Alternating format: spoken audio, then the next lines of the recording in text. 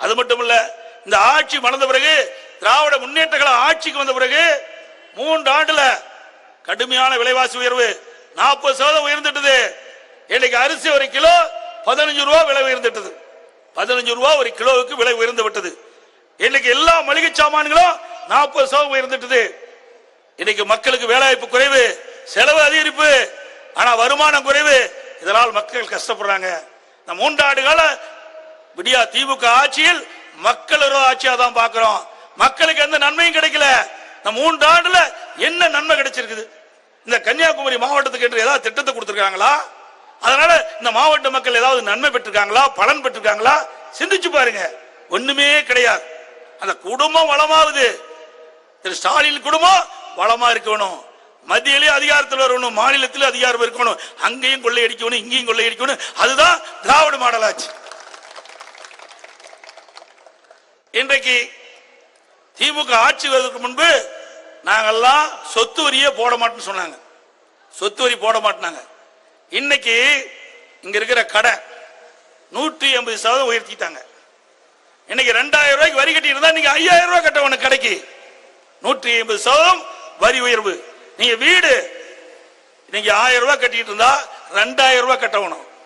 1000 ரூபாய் வரி கட்டி இருந்தா 2000 ரூபாய் கட்டணும். அண்ணா திமுகவில் 1000 ரூபாய் வரி கட்டினா திமுக ஆட்சிக்கு வந்த பிறகு 2000 ரூபாய் வரி கட்ட வேணும். அது மட்டும் இல்ல, கரண்ட் பில்லு அண்ணா திமுக ஆட்சியில விலை ஏறாம பாத்துக்கிட்டோம், கட்டணம் உயராம பாத்துக்கிட்டோம். இன்றைய தினம் 52% விலை உயர்ந்து, கரண்ட் பில் உயர்ந்து போச்சு. 52%.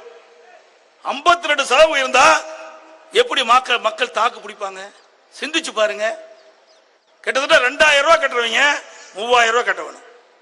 அது மட்டும் இல்ல, ஸ்லாப் குறிப்பிட்ட யூனிட்டுக்கு மேல போனா டபுள் சார்ஜ். கிட்டத்தட்ட 2000 ரூபாய்க்கு ஏற்கனவே அதிமுக ஆட்சியில் கரண்ட் பில் கட்டிட்டு இப்ப 5000 ரூபாய் கட்ட வேணும். பீக் அவர் கடையில் 6 லிருந்து 9 வரைக்கும் டபுள் சார்ஜ், 2 மடங்கு.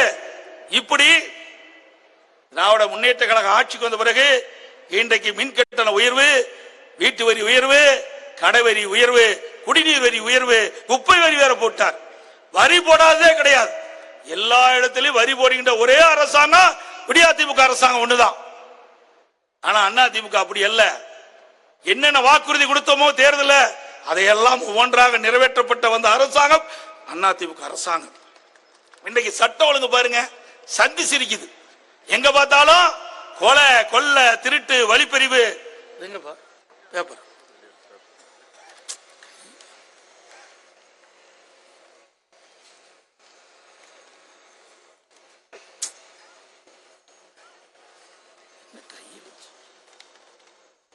இன்னைக்கு திமுக ஒன்றிய செயலாளர் ஒரு காவல் தாக்குறாரு. அவரை கனிம வளம் கடத்துகின்ற பொழுது அதை தடுத்து நிறுத்தி பிடிக்கிறார். உடனே திமுகவை சேர்ந்த கரும்பாட்டூர் திமுக பொறுப்பாளர் போய் அவரை கடுமையா தாக்குறாங்க. அவர் மீது வழக்கு பதிவு செய்யப்படுது. எந்த நடவடிக்கையும் எடுக்கல. ஒரு காவலருக்கே இப்படி நிலைமைனா இங்க அமர்ந்திருக்கிற பெண்களுக்கு என்ன நிலைமை என்பதை எண்ணி பார்க்க வேணும். இங்க இருக்கிற மக்களுக்கு என்ன நிலைமை என்பதை பார்க்க வேணும். அந்த காவலர் போய் புகார் கொடுக்கிறார். யாரு? போலீஸ்காரரு போலீஸ் ஸ்டேஷன்ல போய் புகார் கொடுக்கிறார். வேலையே பயிரமை இந்த கணக்காத்தான் இருக்குது. சிந்திச்சு பாருங்க. நாட்டில் நிலைமை இப்படி இருக்குதுங்க. காவல்துறைக்கே பாதுகாப்பு இல்ல. அப்படியே நாட்டு மக்களுக்கு யார் பாதுகாப்பு கொடுப்பது? அதனாலதான் சொல்றோம், சட்ட ஒழுங்கு அடியோடு சீர்குலைஞ்சு போச்சு. இன்னொரு ஒன்றிய செயலாளர் ஒரு டிரைவரை கொலை செஞ்சு இன்னைக்கு அரெஸ்ட் பண்ணி இருக்கிறாங்க. இப்படி இந்த மாவட்டத்தில் மட்டும் இப்படிப்பட்ட நிலைமை. இதுதான் ஸ்டாலின் சொல்றாரு. திமுக பொதுக்குழு கூட்டம் நடந்ததுங்க.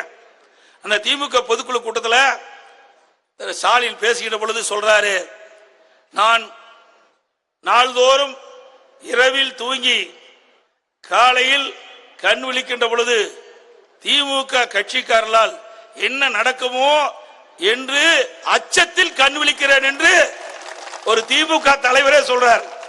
அப்ப அதனாலதான் இப்படி நடக்குது, கொலை நடக்குது, போலீஸ்காரர் பிடிச்சி அடிக்கிறாங்க. அவரே ஒத்துக்கிட்டாரு, நாம சொல்லலைங்க. அவர் பொதுக்குழு கூட்டத்தில் பேசிய பேச்ச அப்படியே பொதுக்கூட்டத்தில் பேசுற. இவரை நம்பி எப்படி நாட்டை ஒப்படைக்கலாம்? இவரை நம்பி நாட்டை ஒப்படைக்க முடியுமா? சிந்திச்சு பாருங்க. நான் அரசியலுக்காக பேசல, யதார்த்தமா பேசுகிறேன், உண்மை நிலையை பேசுகிறேன். ஒரு முதலமைச்சர் தன்னுடைய கட்சிக்காரர் எப்படி இருப்பார் என்பதை அவரே இப்படி வெளியிட்டிருக்கான்னு சொன்னா, இப்படிப்பட்ட கட்சிக்காரர் இருக்கும்போது நாட்டில் எப்படி சட்ட ஒழுங்கு சிறப்பா இருக்க முடியும்? அங்கதான் எனக்கு முன்னாலே அருமை சகோதரர் நெவர் பேசினார். கையில வச்சுக்கப்பா.